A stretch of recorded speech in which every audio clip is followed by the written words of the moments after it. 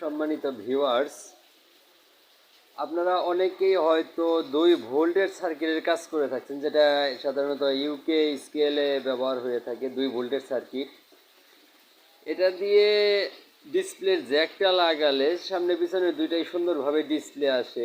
বিশেষ করে এটার ভিতরে অন্যান্য সার্কিটগুলো খাটানো সম্ভব হয় না, কিন্তু ডিসপ্লে আসলেও সবচেয়ে বড় সমস্যা হচ্ছে এখানে কিপ্যাড মিলানো। কিপ্যাডটা এখানে কেউ মিলাতে পারেন না, কারণ ইউকে ডিজিটাল স্কেলের যে আপনার কিপ্যাড থাকে সেখানে 12টা কানেকশন থাকে। আর ছোটো যে সার্কিটটা পাওয়া যায় সেখানে আপনার কিপ্যাডের জন্য 8টা তার থাকে।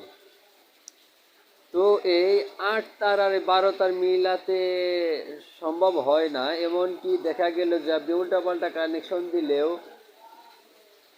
1 এবং 0 এই দুইটা ছাড়া আর কোনো অক্ষরই আসে না। তো সেক্ষেত্রে এটার একটা নতুন সমাধান বের করছি কিছু পার্টস লাগিয়ে। এই সর্বপ্রথম, সম্ভবত আমার জানা নেই কেউ এটা সমাধান করতে পারছে কিনা। তো আমি পার্টস লাগিয়ে এটাকে সমাধান করছি।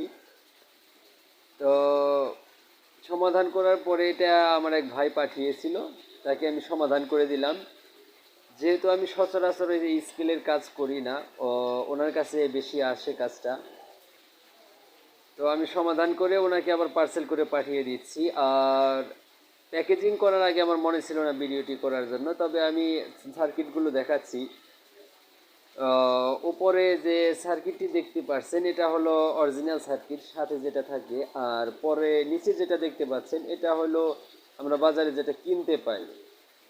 তো এটার সাথে কিপ্যাড মেলানোর জন্য নতুন একটা সিস্টেম তৈরি করেছি, যেখান থেকে সহজেই কিপ্যাডগুলো মেলানো যায় এবং সুন্দরভাবে কাজ করে। আর আমি পরবর্তীতে ওনার কাছে যাওয়ার পরে ভিডিও করে একটা ভিডিও চাবো যে আমার চ্যানেলে আপলোড করার জন্য, যে এটা কত সুন্দরভাবে কাজ করে। ধন্যবাদ সবাইকে।